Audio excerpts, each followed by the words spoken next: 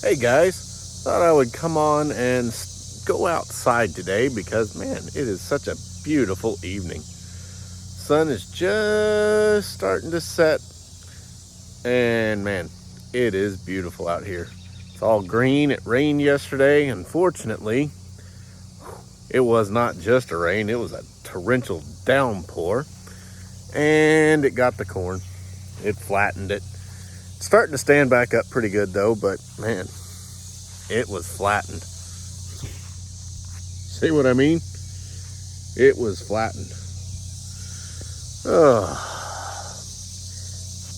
It's one thing or another. That's the way it always is when it comes to gardening. Either A, you have too much rain, B, you don't have enough rain, C, it comes at the wrong time. Always something. But that's the way it is. Think of all the farmers.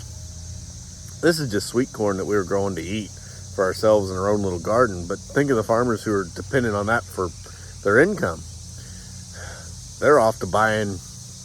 They would be out having to call their insurance guy and hope that the insurance will cover it, because that would be a ruined crop to them. And there's depending on how big the farm is, that could be $100,000 worth of expenses down the drain and no income. So they'd be off trying to go out and buy another one, and that's never any fun. But that's kind of the way it was for farming. My ultimate goal in life would be to buy a farm and retire to it. Just enjoy life farming, doing the simple farming and taking care of the land and doing that. Unfortunately, unless you're a large corporate farm, there really just isn't enough money in farming to actually make any money. The profit margin is way too thin. It's a commodity. Unfortunately, what farmers grow is just a commodity in this world. And there's a big difference between commodities and other goods. Commodities, basically anybody can grow them, anybody can buy them, anybody can sell them, and anybody can deal with them.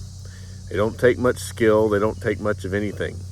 So the question is, are you a commodity? Is what you do a commodity? Or are you doing something that's very special and specialized? If you're not doing anything special or specialized, I got a question. Why not?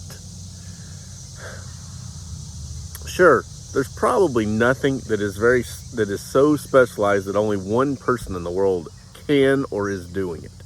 I really doubt that. But can anybody do it? Or does it take a large skill set? Look at lawyers and doctors. Compare those to farmers. Yes, farming takes a lot of skill and time. However, its products are commodities because there's lots of people doing them all over the world.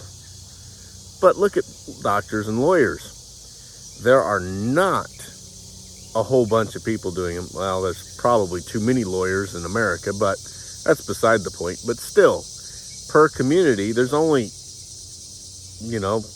handful of lawyers and a whole bunch of farmers. So what makes them so much different? Well, it's called specialty. Those lawyers and the doctors have a very specialized skill that they have learned and taught themselves that not many other people have, which makes them very, very specialized. It gives them that ability to get away from being a commoditized product. Now you go into your grocery store, most everything there is actually a commodity. Your grocery store is just a middleman getting a commodity into your hands so you can eat. Now, I'm not saying that commodities are not vital and crucial to society. Just how long are you going to live without a grocery store and the commodities in it? Probably not very long. But, so they're definitely necessary, but are they that hard to come by? Are they that hard to set up a grocery store? No, it's not. It's very easy. But that lawyer, years of education, years of skill, learned and years of practicing law in order for him to become very good for that one moment that you need him. Just one. And all of his education, all of his skills are there. And that's not something that anybody can just step in and do. Sure, there's a lot of backseat lawyers who would tell you, oh, this is what it is, that's what it is, but I'm not going to trust them. You know, not when it comes right down to it. I'm going to go and get a real lawyer, and I'm going to pay for his skill. And what does he make? $120, $150, $400 an hour. And that's billable hours. So if he works 5 minutes for you, you still billed $400 the full hour. So that's the question. Do you do something that is anybody can do or only a few people can do? Because if you find yourself with lots and lots and lots of people doing the exact same thing you are in a commodity. You can stay alive, you can make a living that way, but you'll never get rich and you'll never have all the luxuries by being a commodity. You need to move on and become a specialist in something. Doesn't need to be a doctor, doesn't need to be a lawyer. In fact, I would probably recommend not, because those professions are not very honorable anymore. They used to be, but not anymore. They both have a bad reputation, mainly because doctors and their billing practices, and lawyers. Well, do I need to explain lawyers? But anyway, find something. Like, I've specialized over to YouTube. I teach people how to get into YouTube. And I do that in my One Channel Away challenge. I'll get you started on YouTube with no problems. I can guarantee it. You'll be on your way to starting a new career and a new life. There are millions of users on YouTube. Only 2% of those actually create content. Probably less than 0.5% actually make money off of YouTube. So when you think that it's very saturated out there on YouTube, think again. It really isn't.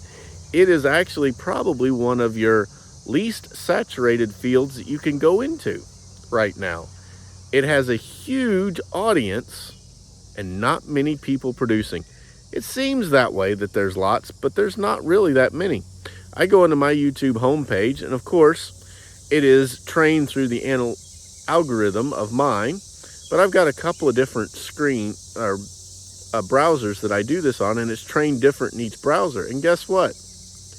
There's only a handful, maybe 24 different accounts that it shows up all the time in each one.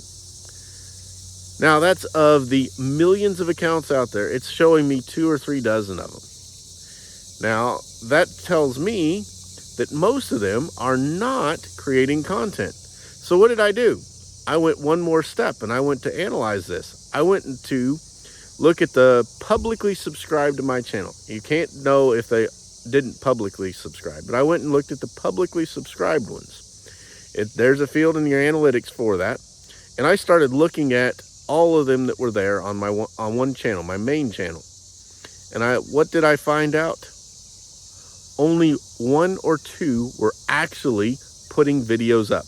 The rest had no videos on their channel. So that means they're not content creators. They're content consumers. There's a whole lot more consumers on YouTube than there are creators. So you have a chance to step out of being a commodity with whatever job you're doing today, that your employer can replace you in a heartbeat, and step over to YouTube and become a specialist in something that you know that there is an audience for. And I teach you exactly how to get it in the One Channel Away challenge. So sign up for it with the link down below if you're tired of being a commodity and want to become a real specialist. That's all I got for you guys today. Tomorrow I'll be loading the truck and the trailer so that we can get things done, and maybe I'll get some footage of actually loading the trailer. That might be fun. And then Thursday, it's time to head out. So that's what we're going to do.